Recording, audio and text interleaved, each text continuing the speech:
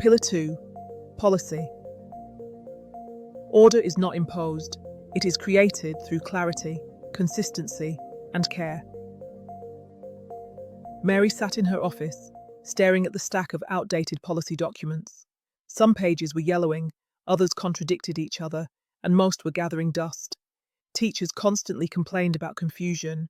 What counted as a sanction in one classroom was ignored in another.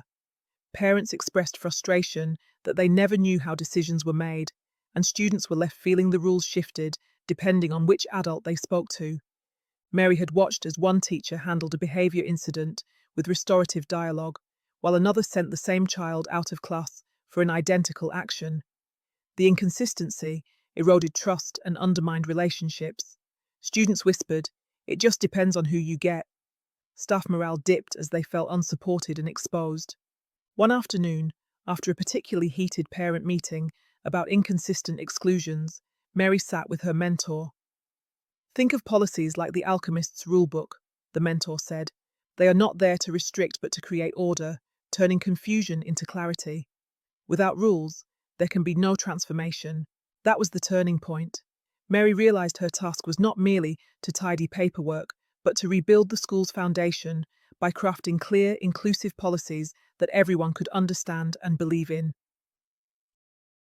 The importance of effective policies and how it links to pastoral care. Policies are often seen as bureaucratic paperwork, written for inspectors and filed away until the next review. But in truth, they are living documents, the backbone of school culture. A well-designed policy does not stifle, it liberates. It gives clarity where there is confusion, fairness where there is bias, and consistency where there is chaos. For pastoral care, policies serve as protective scaffolding. They ensure that every child has the same access to safety, respect, and opportunity, regardless of background or circumstance. They translate lofty values, such as inclusivity, compassion, and high expectations, into practical guidance for daily life. Without clear policies, students can feel unsafe and adults unsure.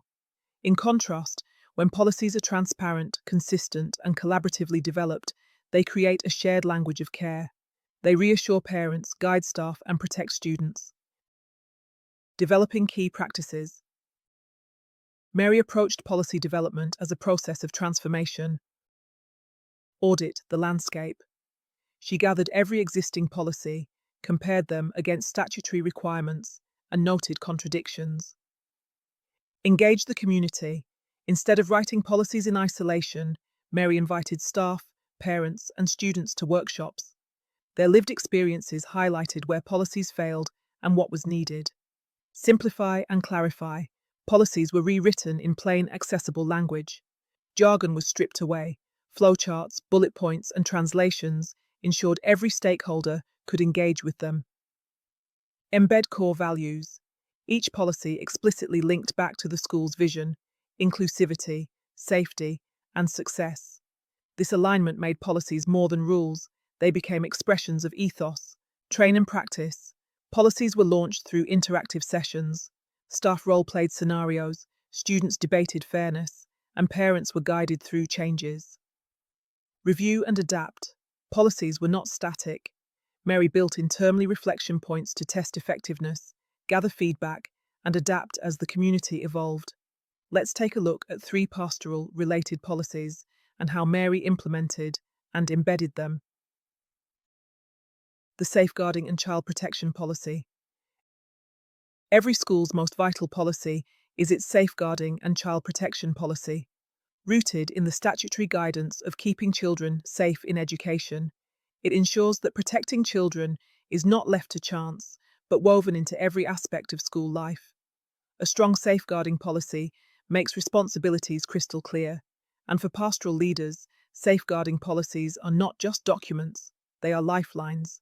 They remind staff that vigilance is everyone's responsibility, empower students to know they have trusted adults who will listen and act, and reassure parents that their child is protected in both seen and unseen ways. Mary brought this policy to life by making safeguarding visible. Posters across the school displayed the DSL's name and photo. Annual training was non-negotiable for all staff, and regular updates kept safeguarding practice fresh and relevant. In her school, safeguarding was not hidden in a file. It was a living culture of vigilance, compassion, and action. The behavior policy. The behavior policy sets the tone for relationships and learning across the school. Informed by the DfE's Behavior in Schools guidance, this policy is about far more than sanctions. It is about creating a culture of fairness, consistency, and respect. A well-crafted behavior policy establishes positive expectations, encourages staff to respond in the same way to similar behaviors, and makes it clear to students what they can expect when boundaries are crossed. It goes beyond punishment by promoting restorative practices, helping students to reflect on their actions, repair harm, and rebuild relationships. At its heart, the policy is designed to build community, not division. In Mary's school, the old behavior system had been punitive and inconsistent, leading to mistrust among students and exhaustion among staff. Her revised policy was practical, fair, and rooted in the belief that students learn best in safe and predictable environments. Staff were trained to use de-escalation strategies and restorative conversations, so students were supported in understanding the impact of their behavior and encouraged to put things right. Behavior logs were monitored weekly, not as a tool for blame, but as a means of spotting patterns and identifying students in need of further support. Over time, the policy shifted the culture. Classrooms became calmer, exclusions reduced, and students began to see rules not as traps, but as boundaries that created safety and belonging. The attendance policy.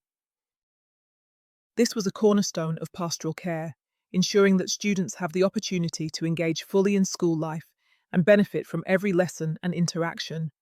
Aligned with the DfE's statutory guidance, working together to improve school attendance, this policy sets high expectations for attendance while recognizing that absence is often a sign of deeper challenges. In Mary's school, attendance had once been treated as a numbers game, with parents contacted only when problems had spiraled out of control. She reframed the policy to be proactive and relational. Attendance data was reviewed daily, and students with emerging issues were offered early support before patterns became entrenched. Families were invited to workshops about routines, sleep, and the impact of missed learning, helping them to feel part of the solution rather than the problem. Rewards celebrated improvement, not just perfection, ensuring that every step forward was valued. As the culture shifted, attendance stopped being a battleground and became a collective responsibility that reflected care, belonging, and aspiration. Before Mary's intervention, the school was fragmented, policies contradicted one another, staff felt unsupported, and students sensed unfairness. The atmosphere was one of confusion and mistrust. The ripple effects spread, reduced exclusions, improved attendance, calmer classrooms, and stronger relationships. Policies, once lifeless paperwork, became catalysts for transformation. Mary's alchemy was in showing that written words could shape lived experiences. She turned leaden bureaucracy into golden clarity, crafting a culture where guidance protected rather than restricted, and where every rule was rooted in care. Policies are not about control, they are about liberation, creating the clarity and consistency that allow compassion and growth to flourish.